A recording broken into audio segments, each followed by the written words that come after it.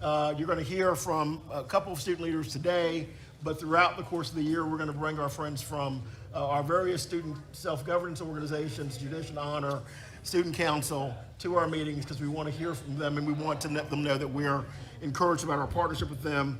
We're also going to continue to consistently hear about our development and investments in research and how we're going to monitor the progress of our efforts that were led by our former chair, Ms. McClanahan, around student success. And then, of course, we'll continue our conversations around student climate because, again, those are all very, very important issues.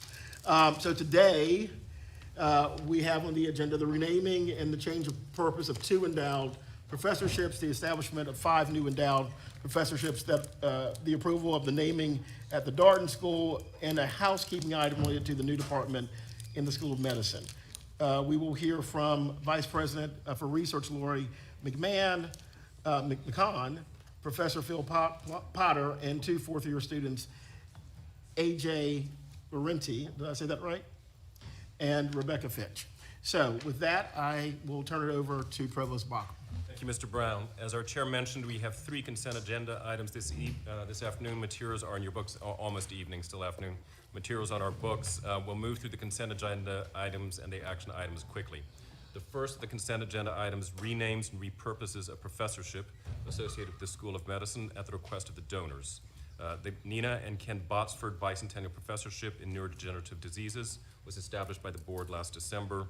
The Botsfords have since requested that the chair be renamed and that it be used to support the chair of the Department of Neurology. The second item on the consent agenda renames and repurposes a professorship in the Darden School. Frank M. Sands Sr. made a truly transformational gift to the Darden School in 2019, a portion of which was designated to create 12 endowed professorships, 8 of them to be used to support emerging scholars. Mr. Sands asked that 3 of the chairs be named for individuals who he had designated, and that the other 5 remain open as a way to inspire additional philanthropy, and we wish to name the first of those 5 now as the David M. LaCross and Kathleen O. LaCross Professorship. The last consent agenda item authorizes me to revise the formal titles of 18 faculty members in the School of Medicine to reference their affiliation with the school's new Department of Genome Sciences, previously a center, but now a full department. Mr. Chair, I recommend these actions for the board's approval. Is there a motion? So moved. Second. Second. There's been a motion and a second. All those in favor? Aye. Any opposed? Great, thanks. You're welcome. We have 6 action items, 5 to establish new professorships in law, medicine, arts and sciences, commerce, and a university professorship, as well as a naming at the Darden School. Background information, again, is in your materials.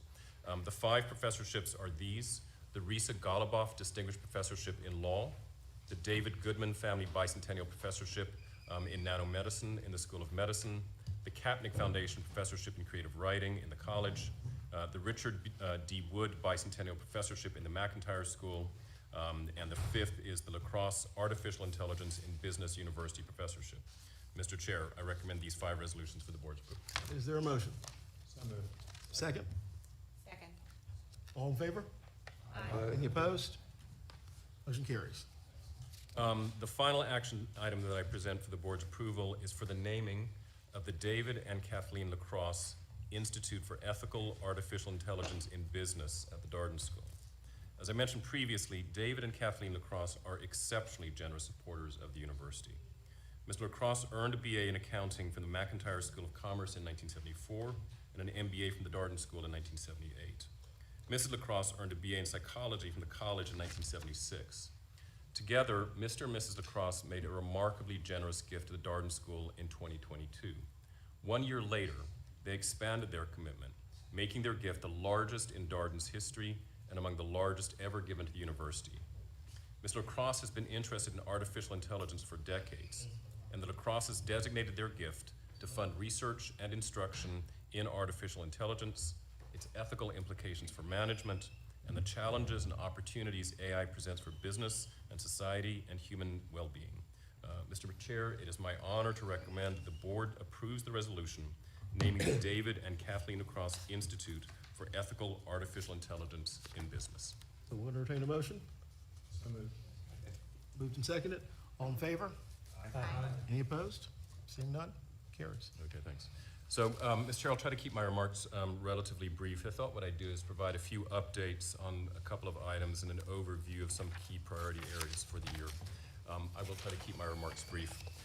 As a first update, we are continuing very actively to follow up on the recommendations of the Task Force on Religious Diversity and Belonging, including, as we have announced previously, assessing and potentially adding prayer and meditation space, communicating and potentially expanding kosher and halal dining options, expanding the group of faith leaders meeting with President Ryan and university leaders, building training about anti-Semitism, Islamophobia, and other forms of religious discrimination into student orientation training, enhancing our academic offerings in religious history and culture and the history and politics of the Middle East, conflict resolution, and other related areas, designating a victims advocate within the university police department, and a lead coordinator for reports on religious bias within the Office of Equal Opportunity and Civil Rights. As additional steps since our last meeting a few weeks ago, we will work in close partnership with the Interfaith Student Council to enhance opportunities for interfaith dialogue and to build a stronger sense of community across different faiths. And we will move forward with hiring a full-time program coordinator within Student Affairs to support the Interfaith Student Center and to work closely with faith-based organizations, student organizations, to promote interfaith collaboration, dialogue, and well-being across grounds. At the same time, the Good Life Political Project at the Karsh Institute of Democracy, led by Professor Rachel Wall, who many of you remember is one of the task force members, a professor in the School of Education, that project is bringing together multiple cohorts of undergraduate and graduate students for a monthly series of constructive dialogues this fall. There has been huge interest in this program.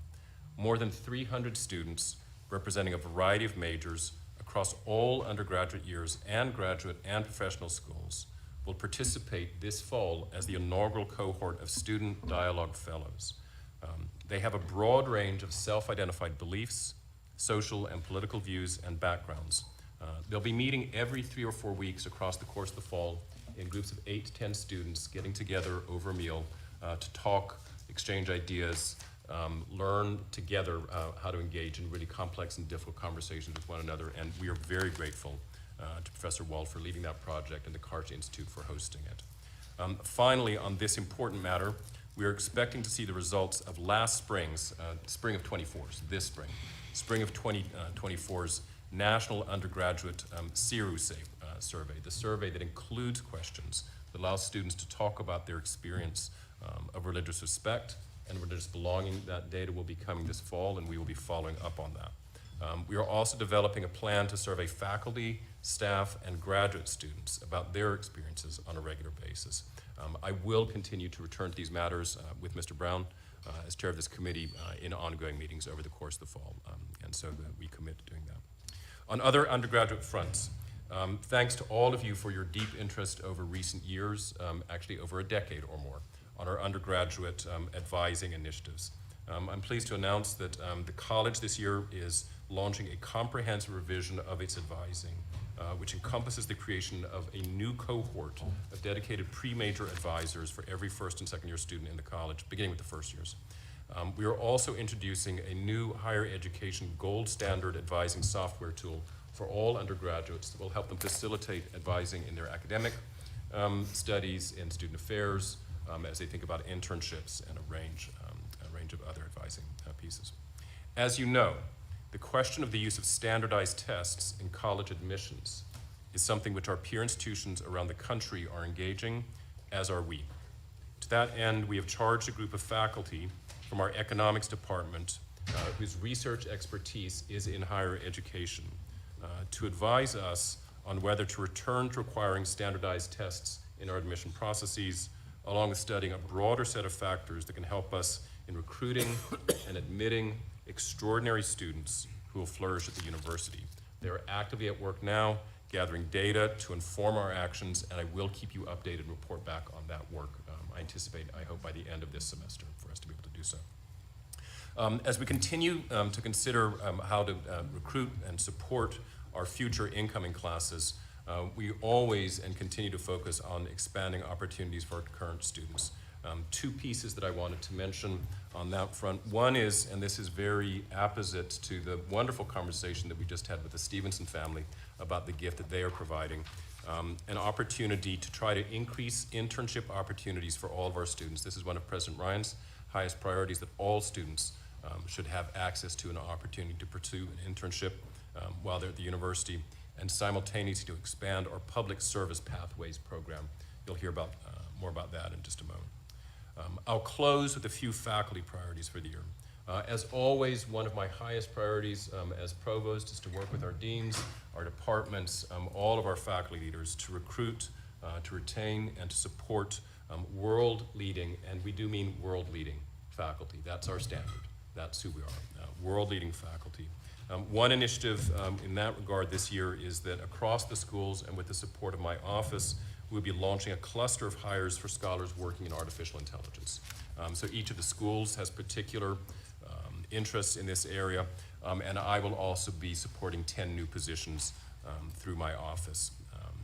We have introduced a mentoring program for all of our pre-tenure faculty to help them succeed in their careers, and we've recently launched a Shannon Fellows program to provide research assistance for our leading mid-career faculty. A couple last things as I wrap up. We continue to focus on advancing research. This past year, I was able to report this past fall that we had crossed the $500 million line for externally sponsored research, which had been a long-time goal. We crossed that line this past year. This year we got up to $550 million. There's been a 22% increase just in the past 2 years, and I'm deeply grateful to our faculty. You're going to be hearing more from Laurie McMahon, our spectacular new Vice President for Research, in just a few minutes. Laurie, I'll try not to talk about things you're going to talk about. I wanted to mention just one thing, and that is, again, AI related. It is clear to us, and we have taken on as our responsibility, that we need to establish an AI research strategy for the university.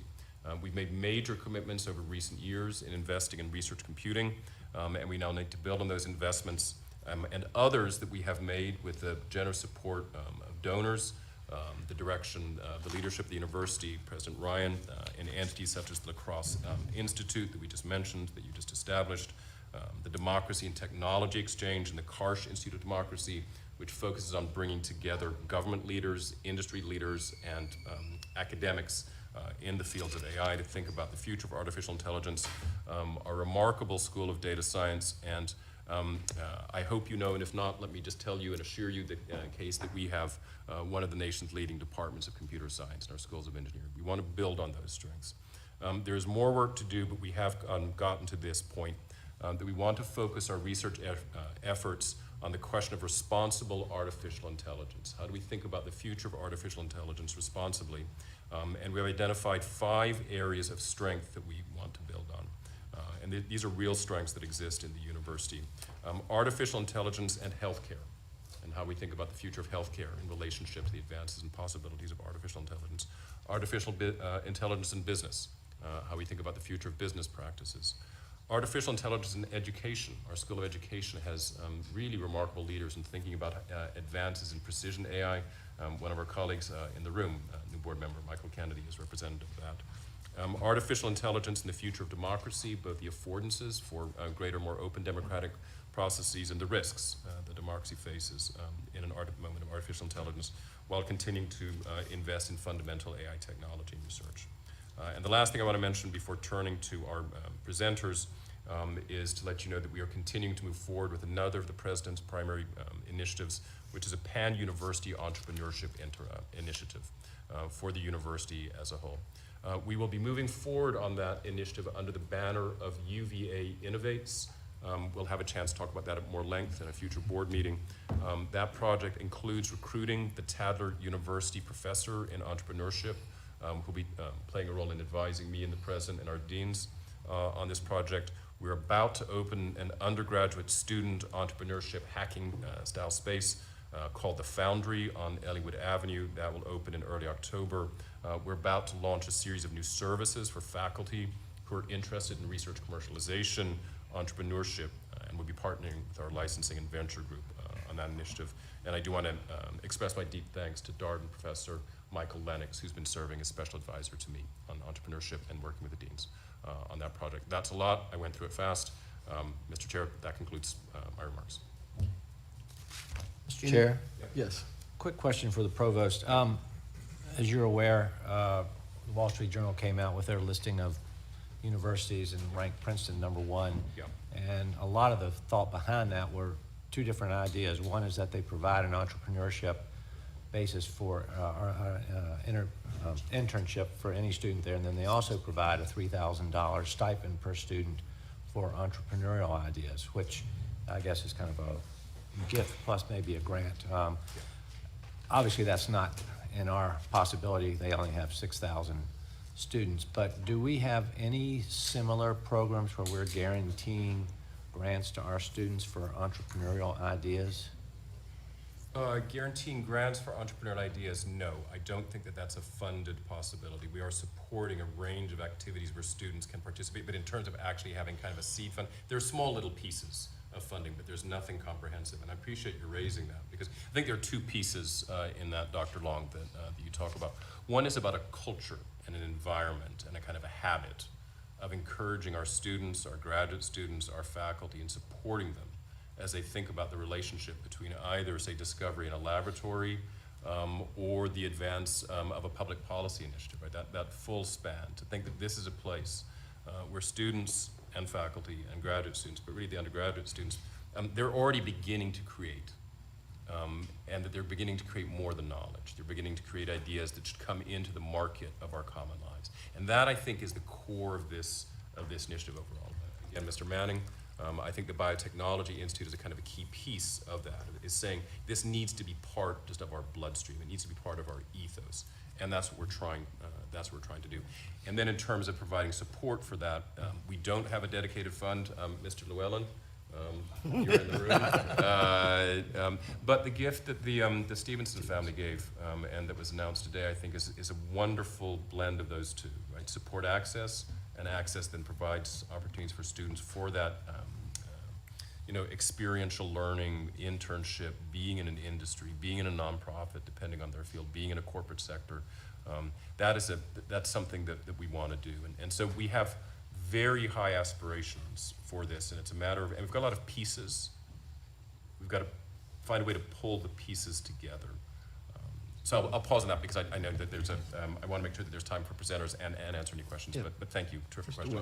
I just had one comment, which is, it seems like a lot of the presentations during this meeting have been related either directly or tangentially to AI. And I was just going to take note of the fact, I think I sent this to the president, that George Mason hired a sort of chief AI officer, and God forbid I suggest anything that would be more bloat or additional things to the university but I mean, I don't mean to, but I'm just saying, given the centrality of AI, and Paul's been telling me about some of the stuff that he's using it for in his companies and the med school, and I don't know, we want to make sure we can pull the string tight on all these disparate pieces.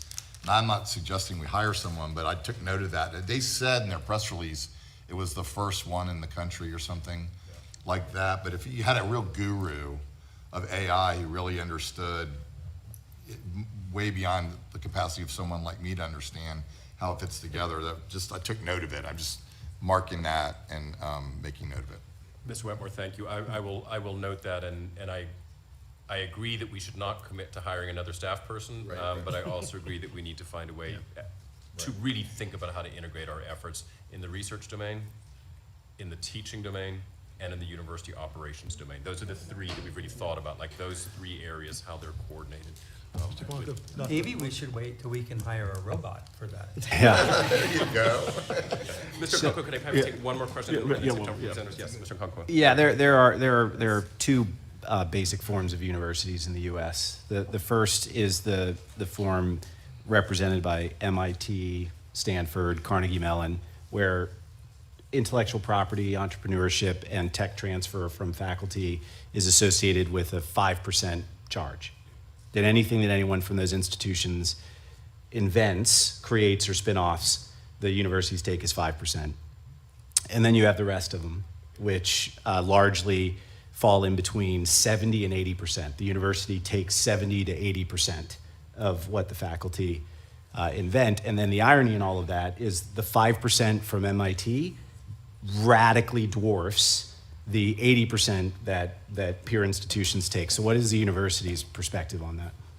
I don't have a firm one, to be honest, but it's something I appreciate your being knowledgeable of and that we're knowledgeable of. The Tadler professorship that we are pursuing will be not only one of the nation's leading entrepreneur, practitioner, and scholars, but will serve as special advisor to me and the president on these questions. And this is something that we're going to need to put in front of them. And how do we work with our current LVG? How do we work with our current IP? What model do we need? So we're not at a point yet to make a decision, but we need to bring someone in to really help us think about that.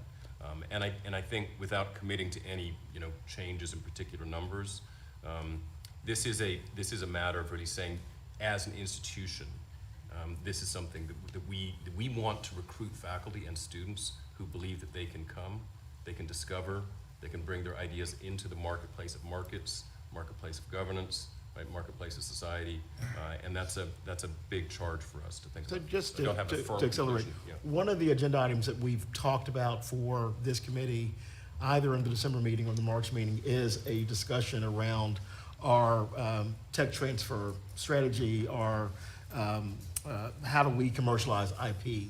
This is something that's come up in a series of meetings, and we'd like to have a deep dive into that. So that will be on the agenda for one of these committees, and we're working to pull that together either in December or March. The only thing I would add, I'm not sure what our percentage is, but I don't think it's as high as 60 or 70.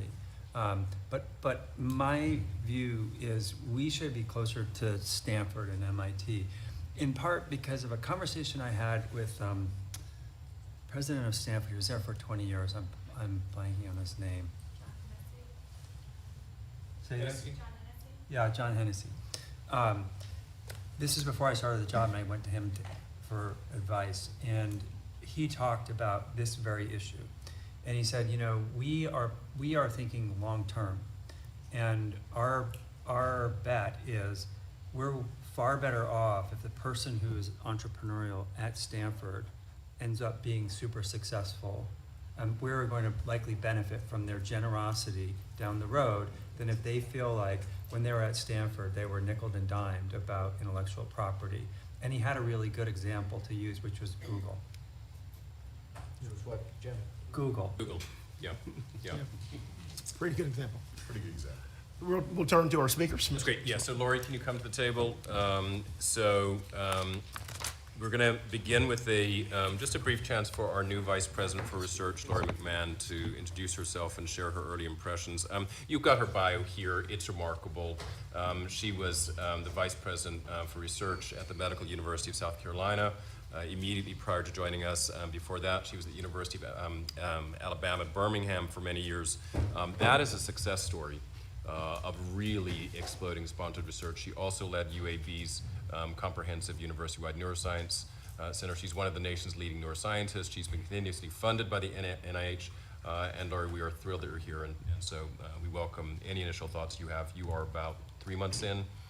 Not quite 3 Not months. quite 3 months in. So Lori, over to you. But good afternoon. Thank you so much for this invitation. I'm so thrilled to be here. I'm so thrilled to meet all of you today. I look forward to future conversations and working really closely together. I am just so appreciative and grateful for President Ryan and Provost Baucom and the Board of Visitors in having faith in me to lead the research enterprise. I am absolutely passionate about research. I'm absolutely passionate about education. And these two things are not separable. You can't have research without educating, and to do an exceptional job, in my view, in education, you have to provide research opportunities. So I am a neuroscientist by training. I am still running an NIH-funded research laboratory. My lab uses animal models to understand how the brain works.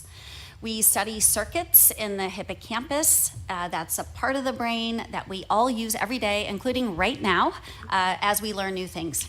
And so we're interested in understanding how these circuits work in health and in disease. And our particular passion right now is neurodegenerative disease. We have a grant from the National Institute on Aging to understand what happens in Alzheimer's disease. So through that work, that discovery, I train students, PhD students, undergraduate students, postdoctoral fellows. I'm really excited about moving my research program here and engaging with undergraduate students, PhD students, and postdocs in my laboratory.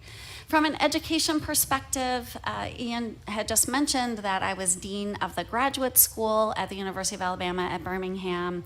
I was in that role for 6 years, and I loved that role. In that role, I oversaw about 110 master's and PhD programs, and that was about 7,500 students. And in that role, I was able to create a lot of innovative programs, including accelerated bachelor's, master's programs. So many of those undergrads in those programs could graduate in 4 years with a bachelor's degree and a master's. We also created a lot of certificate programs, and the Alabama Commission on Higher Education allowed us to combine those certificate programs into an interdisciplinary master's. And since I've been gone from UAB, I know that those programs are going really well. Was also able to engage the School of Engineering, Medicine, and Health Professions to develop a brand new neuroengineering PhD program. So I share that with you to say that I have passion for education. Students are always at the forefront for me, and providing exceptional research opportunities for them is super important. I also feel that I identify as a servant leader. Providing service is so critically important to me.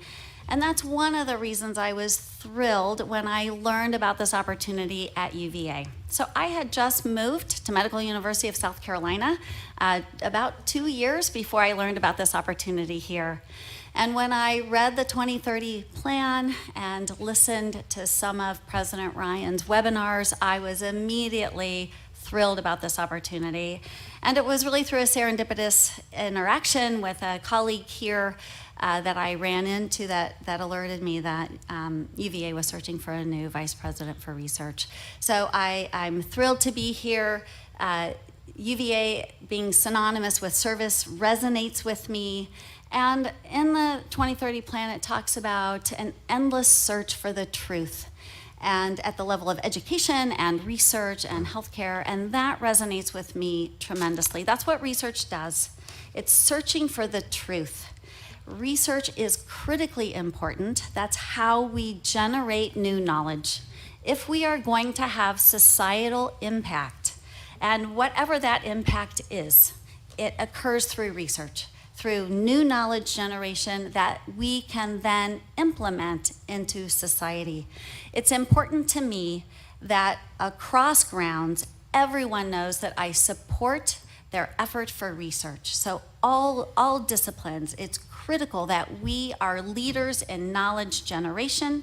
It is critical that we are leaders in implementing that new knowledge into society where there's great impact. The focus on the grand challenges is another reason that I was so excited about this opportunity. The 5 topics, in my view, are the right topics at the right time. So I'm excited to help everyone across grounds exceed expectations with the investment in the grand challenges and in the core facilities. That's a big goal of mine this year. Also, another important goal, I have several, but another important goal of mine is to make sure all of the research support offices, like grant submission, monitoring our grant expenditures, our contracts, are running like well-oiled machines. And the reason that that's important is that the faculty need to be able to focus on their discovery, whatever that is, so that they don't have to worry what's going on in the background. To me, those research support offices are what's going on in the background. They have to be running tip-top shape. There's lots of compliance. The federal government is pushing more compliance down, and so we have to make sure that we are following compliance. We have to make sure that all of the support is in the background, so our faculty can be curious. They can focus on their discovery. So that's an important goal. Another important goal is communication. So communication internally, so that we all know the amazing discoveries and knowledge creation that we're doing. It's not good enough for us to be in our little bubbles, and we know it just ourselves. So we need to make sure across grounds, everyone knows the amazing work that our students and our faculty and our research staff are doing. And then we need everyone outside of UVA to know this too. So it's reputation building. It helps us to recruit faculty. It helps us retain faculty. It helps us recruit the best and the brightest students.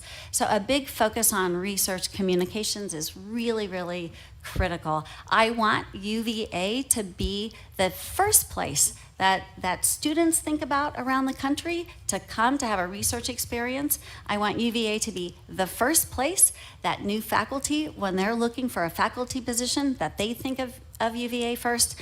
And I want our federal government, the federal funding agencies, I want state agencies to think of us first, because they know about our expertise, because we have shared. And I feel really strongly about this personally, because I, in my career, have enjoyed state funds, federal funds, to run my research program, to train my students, and it's really important that we give back. And we give back by sharing widely, using words that non-experts can understand, and so that is also a very big focus. And I really am going to work hard to build relationships across grounds. I think I'm on my way to do that now. We'll work with Julia Smith to strengthen our relationships with federal funding agencies. I'm excited about that. And I'm really excited to work with the Fellowships and Undergrad Research Office to make sure that every undergraduate who seeks a research opportunity has one. So I could share more ideas that I have, but I'll just stop there in case you have questions. But I couldn't be more honored and more thrilled to be leading the research enterprise at UVA. And I guess I'll share one more thing. I helped move in for the first years. I had so much fun. I could have done it all day long. And I had amazing conversations with the first year students. And I talked to them about research. And I invited them. They took pictures of my badge. I told them to email me so that we could communicate. They're seeking research opportunities. And I also had amazing conversations with a couple of fourth year students who shared with me about their experience. And the two that I talked to the most I said, congratulations, you'll be finishing your degree in May. And both of them just, they were not happy about that. And what they expressed was that they weren't ready to leave this amazing institution. So of course, putting on my graduate dean hat, I said, well, stay for a master's. Let's talk about that. So it was tremendously fun. I hope to get to know a majority, if not all of our students, how I can do that, as well as our faculty and all of you. So thank you very much. Mr. Chair? Simone? Dean, thank you very much. Yours is one of the freshest, most invigorating presentations I've heard on this board in a long, long thank you time. for that. And we really welcome you. Thank you. I'm not going to put Dr. Okonkwo or Dr. Kent on the spot, but as I recall from neuroanatomy in medical school, the hippocampus does learning, memory, and emotions, and of those emotions, anxiety and avoidance behavior. You said we've all engaged in our hippocampus. Which one are we using most? I think learning. Not Yes, anxiety or avoidance I hope behavior? not anxiety. Okay, good. Yes, good. but you are absolutely right. And if you want to come by my lab sometime, I would love for you to come see what we're doing. I'm afraid I'll be a guinea pig. Mr. Director? Yeah, hi, and welcome and congratulations, and we're really excited. Looking at the annual report, and we're really thrilled with the growth that we've seen over the last few years. And 2024 data shows $549 million in award dollars, $714 million in R&D expenditures. But in talking to my dear friend Paul Manning a lot about this, we aspire for much more. And so do I. We want to be on par with those that are considered the best in research. What are your aspirational goals for research at UVA? Yeah, that's a really great question. I have a pretty competitive spirit, so I also want us to aspire to be the best. So I have convened, we haven't had our first meeting, a Dean's Research Council where we will come together and set a new goal for research funding. I know that several of my colleagues were all thinking about the 1 billion number and maybe more. So we're going to be thoughtful about this. We're going to use data. We're going to think about our growth plan, our recruitment plan, and I think the Manning Institute is going to be absolutely key. And that was another big draw for me in this position. So we are going to work on that, and I will love to come back to the Board of Visitors and share our thinking about this and what our goals are and how quickly we're going to try to get there. Billion's a good start. Yes, I think I agree with you. Yes, I agree, and I think the focus on pan-university institutes is so important. And there's many reasons that this is important. So first of all, pan-university institutes brings interdisciplinary groups of individuals together. And the world's biggest problems, those problems that we want to solve here, take a collection of broad thinkers to come together to solve these problems. And thinking about the new School of Data Science, that's absolutely key, and the collaboration of the School of Data Science with the work that's going to be happening in the Manning Institute is going to be key. And so bringing the interdisciplinary thinkers around the table is really important. It's also important for education. Out of these pan-university institutes is educational experiences. And so bringing our students into that environment so that they can learn, so they can inspire the faculty. You know, students are very, very creative and inspirational. And so those pan-university institutes bring a broad group of students to the table to work alongside the faculty. The institutes are important for recruitment and really important for retention because it gives faculty and students a sense of belonging.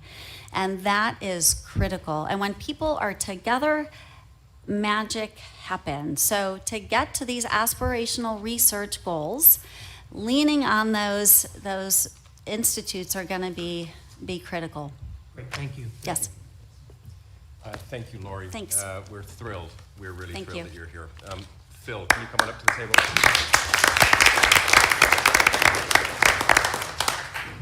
So, Lori was not coached, but I'm going to pick up on her talking about the importance of institutes as we turn to our next speaker. There are currently 5 pan-university institutes at the university: the Biocomplexity Institute, the Brain Institute, the Environment Institute, the Karsh Institute of Democracy, and the Manning Institute of Biotechnology. And I am delighted to be announcing to the board at this moment the formation of the university's 6th Pan-University Research Institute, the National Security Data and Policy Institute. In a nutshell, the university has just received a $20 million federal award that will enable us to launch this new institute. It will bring together the university's expertise in data science, artificial intelligence, research computing, and public policy to help address the nation's most pressing national security issues, and will help us build on the university's long-standing and proud tradition of national service in defense and intelligence.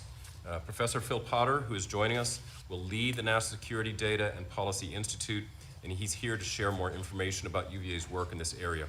One word about him, and then I am going to ask that we give a round of applause for to Professor Potter for helping really lead these crucial efforts, which are really going to be so important for the future of the university and the future of national security in our country. Phil is a professor of politics in the College and Graduate School of Arts and Sciences and the founding director of the National Security Policy Center in the Batten School. He is also a faculty senior fellow with the Miller Center of Public Affairs. There's more information about Phil's background in your materials, but before we hear from him, if we could just offer a round of applause.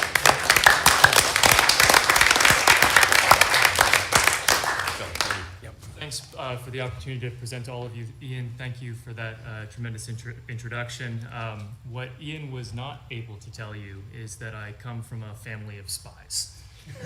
So both of my grandfathers were in the OSS, which was the precursor to the CIA, and then had careers in the CIA. Most folks in my family have had careers at three-letter agencies, and so my career in academia has always put me as sort of a black sheep in this overall story.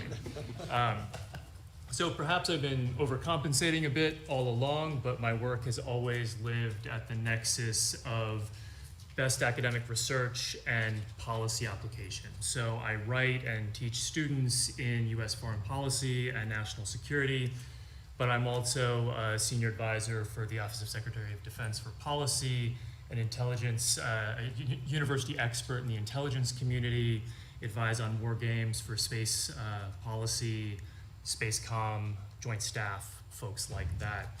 So what drew me to UVA then, about a decade ago, was just the sheer opportunity set that this place presents to a person like me, right? What I want to do is talk to you a little bit about what makes this place special when it comes to national security work. I want to talk a little bit about what we're doing with students in that domain. And I want to talk a little bit about this new institute that we're standing up, which is, I think, taking all of this tradition, what we've done over the last several years, and just pushing it out at volume in a tremendously exciting way.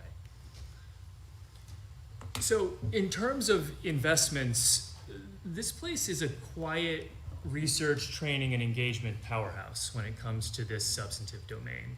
I can promise you that you can't go down a hallway at the Pentagon without running into a double, triple, quadruple backflip who, right? The national security community is full of our alumni. They do really serious and important work. They have their own networks inside the national capital region. We've been doing this research in the School of Arts and Science, in SEAS, increasingly in places like SDS, biocomplexity. This exists all over our institution. And we engage, right? And this is one of the things that I've been sort of really pushing out on over the last 10 years. But increasingly, we have an important place at the actual table when it comes to advising the policy process. As I said, you can't go anywhere in DC without running into a WHO. Our students are an important pipeline into the national security community. So the exact number in terms of ranking is actually classified, but we have been contributing in a serious way to the intelligence community for a very, very long time. There's a storied tradition here of public service that is important, right? And I'll get back to that. Location is the third point. A lot of you have deep experience inside the Beltway. Condolences on that. Sometimes it's really useful to have that access. I'm up in DC several times a month doing policy work, but also to have that remove, right? To be at a safe distance where you can do the considered thought, where you can engage in the actual research before you do that dialogue translate that injects it into the policy process. We have the ability here to do both. If you just sort of draw a circle, there's just not that many institutions of our caliber that are in the position to do both. And I think that's just important. Geography matters, right? It also matters in the sense that Central Virginia itself is becoming an increasingly important security hub, right? So there are big investments from the county that are going on in this area.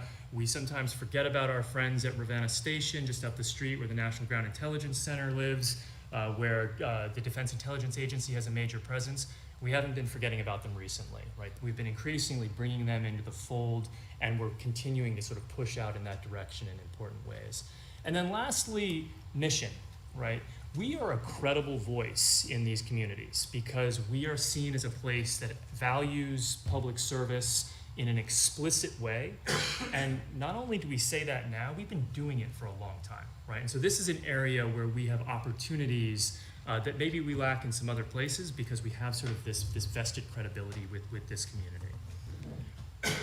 In terms of students, I sort of mentioned this in passing in several ways, but one of the big things that we've sought to do at the National Security Policy Center and are going to continue to seek to do is pull students into this process. So most kids at UVA, students at UVA, don't come from families of spies, right? And that's a good thing. We like that. That's not how it should be. It's very unnatural, right? But actually, this is a tough line of work to get into if you don't have the background, the experience, the knowledge. It's just a normal job, like a million other normal jobs. It might be one that's really interesting. It might be one that has a public service component that you're attracted to, but there's nothing particularly exotic about it once it's demystified, right? And so what we do is we develop courses that introduce students to this world just from the ground up, right? Things that are introducing them to the national security process, but also DoD-funded experiential courses where they're going in and they're working with actual sponsored projects with folks in the Pentagon, multifaceted teams of students from law, engineering, policy, very exciting stuff that again puts us in good stead. We then give them exposure to national security careers, right? We bring folks in, let them meet with them, sort of talk about their pathways. We give them resume-worthy experiences, working on research projects. On the left-hand side there, you see a group of our funded interns. So again, internships are important. Funding them is super important. We're able to fund students in this domain who are at the State Department this summer, right? Those students still work with us. They end up in a pipeline where they're doing ongoing work with the center, all right? And then they get networking opportunities across academia. Government and industry. So what this has culminated in is a large award, as Ian laid out. We have $20 million on contract now. It's a $55 million award. There's tremendous opportunity in that contract vehicle for growth in this domain. And this is from the Office of the Director of National Intelligence, and so it lives at a very high level in the system. Again, that's very important for what we do. And it's going to allow us to sort of launch out into this space in ways that are not just in terms of that particular relationship, but really put UVA in this place I'm trying to paint for you as a preeminent institution in this substantive domain. And so the key partners in that, and again, it's an opportunity for partnership across grounds, are the Policy School, the Baton School, School of Data Science, the Biocomplexity Institute. And what we're going to start out working on are some key questions in data, artificial intelligence, and emerging technology. And so we're thinking about how we screen this massive amount of information that lives in the public sphere in a way that helps us make better decisions, frankly. It helps, and we're seeking to understand technological evolution in the US and abroad. And so just a few thanks before I turn it over to questions. I'd like to thank Jim Ryan, Ian Baucom, for helping to make this happen. This isn't an easy lift to push this through what is a very intricate governmental process, and the university really showed up when it came to this. It's just not simple to go from an RFP of this request for proposals of this type and actually pull this kind of thing into an institution like this. We built a lot of muscle on it. I think it's something that's going to serve us well in the future. And then thanks to Mark Warner, Senator Mark Warner and his office as well, for being constant supporters of this effort along the way and kind of continued partners in this domain. So with that, I'd love to answer any questions that I can. Dr. Potter, thank you. I think we do have some time for a couple of questions. If anyone would like to, President Ryan. So thanks, this is a great overview. I just want to add to your thanks and thank Julia Smith and Margot Rogers, who worked an awful lot on this. Julia's our point person for federal relations, and you should raise your hand. I don't think it would have happened without a lot of work by her and by Margot. So there are a lot of people involved, and it wouldn't have happened without you. Well, sure. It would be awkward if I thanked myself. I feel like that would be awkward. But there was a big team effort here, and I do want to really emphasize that. How are we going to promote this? How are we going to let people know that the UVA is the place to come if you want a career? So now you're inside of my cycle from the last few days. One of the things that's really interesting about this and really important is this is a huge priority for OD&I, right? They are interested in pushing this hard and making this into a durable partnership. So it is called an institute in the way they set this up and not a contract, right? And so that's an important distinction because it implies durability. Of course, they then were very late to the game and said, actually, we want to lead the story, and so we're going to be a little bit delayed on our initial announcement, but only by a week because they want to push first. Others sort of in the capital kind of want to push second, and then we're going to be right on top of it with the strategy. And I'll also sort of tease a little bit that they are pushing pretty hard for Avril Haines, the DNI, to come down and do an event in the Dome Room, likely with Mark Warner, at some point in the nearest future. Obviously, there's some pretty crazy schedules to align to make something like that happen, but that's currently in the works. So we're working quite hard on the issue of promotion, making sure that this is something that everyone can see. Kind of students you want ought to be able to ferret this out on their own. That's right. There could be a strategy there, right? We make it as quiet as possible. But in all seriousness, one of the important things about this was establishing that the work is very out in the open, right? Very public. We're doing open research here for sometimes some uses we're not as at ease talking about, but in the end, this is an open university story. All right, any other questions? Just really quickly, thank you. This is a mind-blowing opportunity to me. Jim Murray was very instrumental in leading the effort here in his relationship with Mark Warner and others. And we talked about this a couple of years ago. I mean, this is just the tip of the iceberg about what could occur in this area and the amount of research and resources that could be brought to this area, especially considering those who don't know already the significant resources that are in this area. I mean, I'm not a spy, so I don't know them all like you do, but this is really something that could be just transformational for Central Virginia, for the University of Virginia, and for our United States government, our Defense Department. I wanted to ask you, how important is it that we just announced our School of Data Sciences and how that might play into this? It's a big deal. So we just had OD&I down last week. They brought their bigwigs. We hosted them at the School of Data Science, and we did that because data science is a key partner in this, but they explicitly asked to come see the new data science building, right? Because they're interested in sending their students here. That's an investment that matters to them. In terms of other investments, the other thing that came up earlier in the conversation, the investment in massive computing was incredibly important to them. We would not have been able to pull this off if they couldn't look at our infrastructure and say, yeah, they could do this. They can do this kind of data, AI, sort of very complex national security work for us. They've got the goods. So it's a big deal. Right, thank you. Dr. Potter, thank you very much. And again, congratulations to you and everyone who's worked on this. So just want to note, so we start 15 minutes behind, and then I gave 2 minutes for transition. So we're going to borrow a little bit of time, but we're still going to try to get you out before 5. Perfect, thank you. Okay, AJ and Rebecca, could you come to the table for us, please? So we're going to wrap up by hearing from some students, and Mr. Brown, as chair of the committee, has been very clear, and I'm delighted that he is, that we want to hear from students every time this committee meets. And so we've invited 2 student leaders to join us today to sort of build on the strand of the conversation that we've been having, coming through the university's deep commitment to public service. It's one of the cornerstones of the strategic plan that we will be ever more synonymous with public service. And so we thought we'd hear from 2 students who are committing their time and their lives and their passion to public service. So there are 2 who we will hear from. There is biographical information in your materials. But I'll begin, I'll introduce both and then we'll hear from both. So AJ Lorienti, how do you pronounce your name? Lorienti. Lorienti. AJ Lorienti is a 4th-year student from Ashburn, Virginia, who's majoring in Foreign Affairs and Middle Eastern Studies. He's a founding member of the Public Service Pathways Student Advisory Council, and he'll share more about the program and his experience. Some of you will recall that our Vice Provost for Academic Outreach, Lewis Nelson, spoke to this board a couple of years ago about a program that under President Ryan's leadership we have launched called the Public Service Pathways, to help all of our students think about how, whatever their individual interests are, there is a public service career available for them.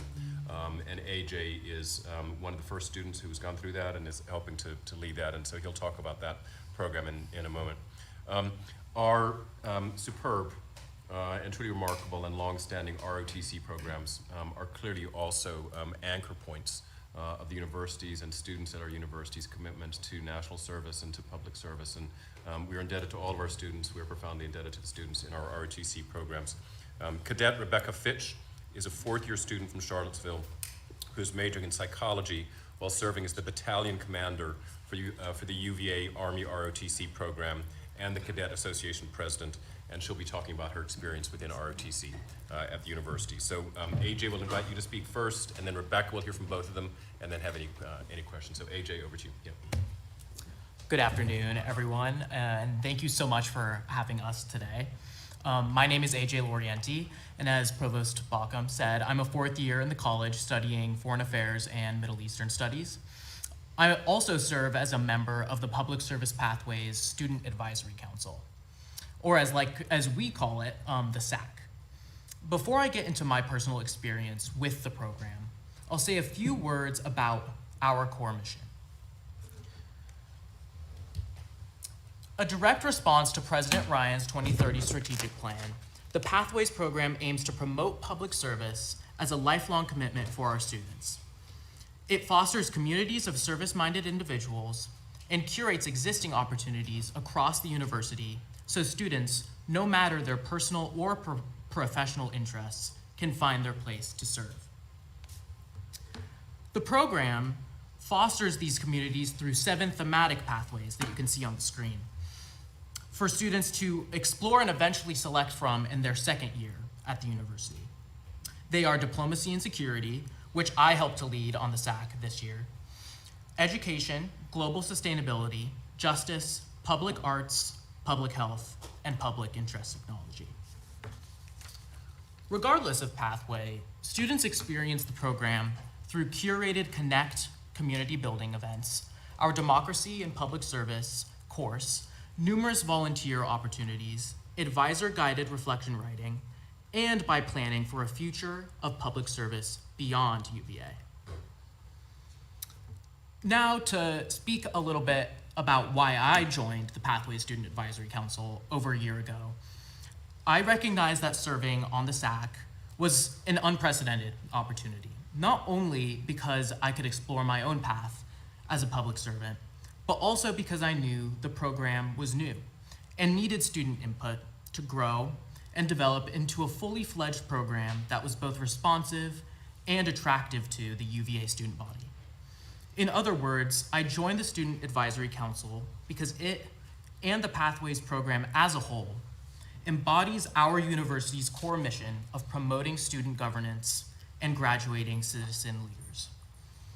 I've seen firsthand that the strength of the Pathways program lies in the diversity of experiences, educational backgrounds, and perspectives that student participants and council members alike bring to the table. At its core, the Pathways program is meant to foster a public service mindset in all students, regardless of major, school, or career interests. But all have one thing in common: a mindset of selfless civic leadership.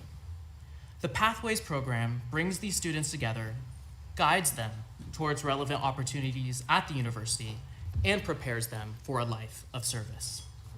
This unique program has influenced my journey in public service and my passion for ethically driven diplomacy.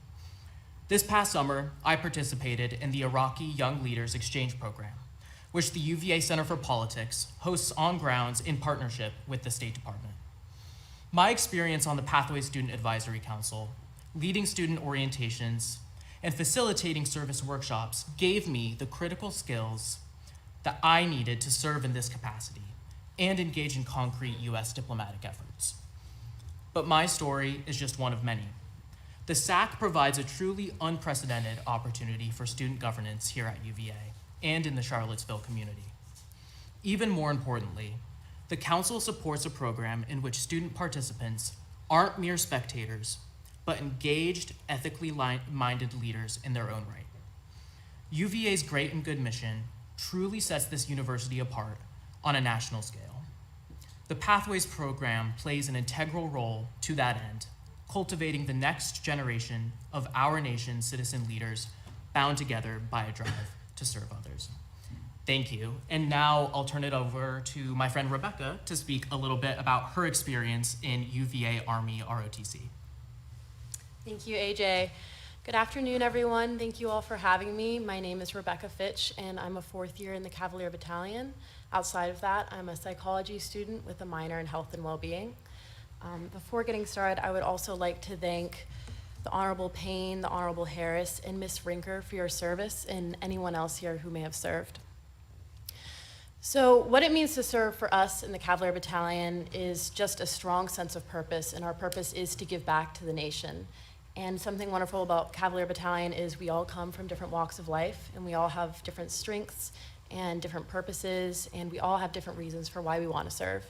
And my main reason for wanting to serve is I want to bring light to an underrepresented population.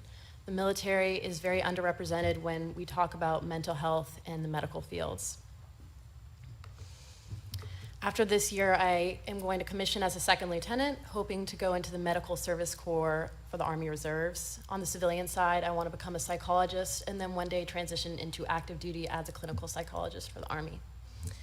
So coming into college, I knew I wanted to be a psychologist. I was very interested in psychology, but I did not have any interest in joining the military. I have no family ties to the military, neither of my parents have served, and I didn't even really know ROTC was an option at UVA. So when I was going into my second year and I was selecting courses, I saw one called Leadership and Decision Making. And I thought it would be a nice filler course to hopefully give me some professional development. Little did I know that's actually the second year course for Army ROTC, so I was a little surprised when I came in and I had to be fitted for a uniform and start going to PT and doing all the Army things. But for some reason, I know, it's a little remarkable. But for some reason, I decided to stay. And I think I just thought, I'll do it for fun for a semester. I don't know why. I'm very thankful I did, though, because after just a few weeks, I had completely fallen in love with the program. I was able to see how my peers, my upperclassmen mentors, and my cadre, our instructors, had such dedication to service, and not only service to our country, but to us in the Cavalier Battalion. They took me, someone who was completely naive, had no military experience or expertise, and they built me into the leader I am today. They showed me what I could do to learn and grow, and I am extremely thankful for that. So going into my third year, I decided I was completely committed to serving, and I noticed that this population needed help and it wasn't being reached. And I felt like I had a sense of purpose now that I had not found in my life before, and I could help these veterans and soldiers in the mental health and medical sectors in a way I couldn't do in the civilian side. And in between your third and fourth year as an Army cadet, all across the nation, we all go to Fort Knox for something called Advanced Camp.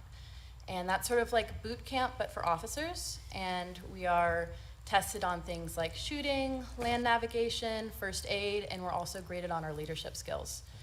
And when I was there, I was able to see what all the other cadets were like, because they separate you from anyone you know. I was with 40 people from different schools I'd never met before, and you're there for 5 weeks. So I was able to see some wonderful people, wonderful leaders that came from programs similar to UVA, but I also saw cadets from programs that did not teach them the same things. They struggled with integrity, high standards, they did not have good trust, they were not able to work in teams. And I felt so grateful for the program here. They have taught us, all of my peers, how to keep that high standard that UVA instills in all of us. We did not struggle with integrity. We worked in teams wonderfully, and we all came out with high leadership. So I want you guys to know that you should be proud of the officers UVA is producing. They really are the best in the country. They are the highest caliber. I wanted to thank my cadre for creating this program. They are the reasons why we have such wonderful culture, and they instill all these values in us.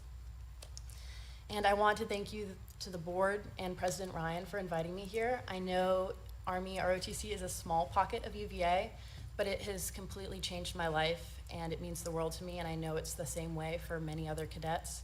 So I just want you to know the impact it's making on many lives.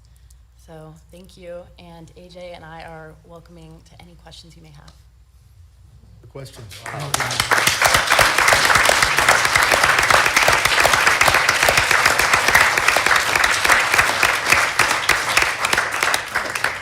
Are there questions? Mr. Chairman, I would just put in a plug to my fellow members of the board.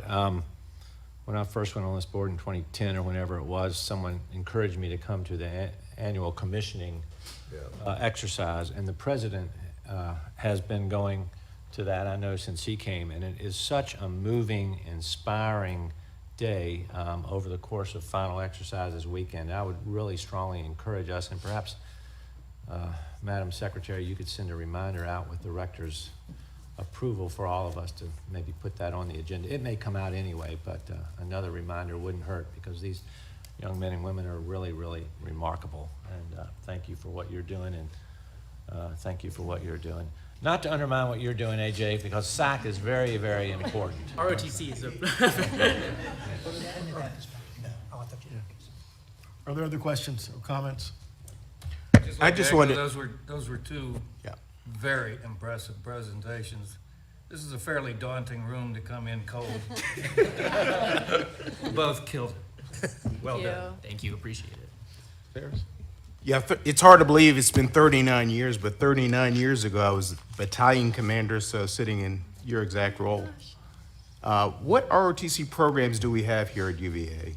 Air So- Force, Army, Navy? And then we have Marines as part of the Navy program, and the Air Force also allows Space Force cadets now. So they're kind of like a home program for space, and then Navy is a home program for Marines. And how many cadets do you have in the battalion now? Our battalion has 58 cadets currently. How about Navy? Say again, sir? Navy. Navy? I don't know, do you know? It's roughly about the same, sir. They're sitting at roughly just over 50 as well.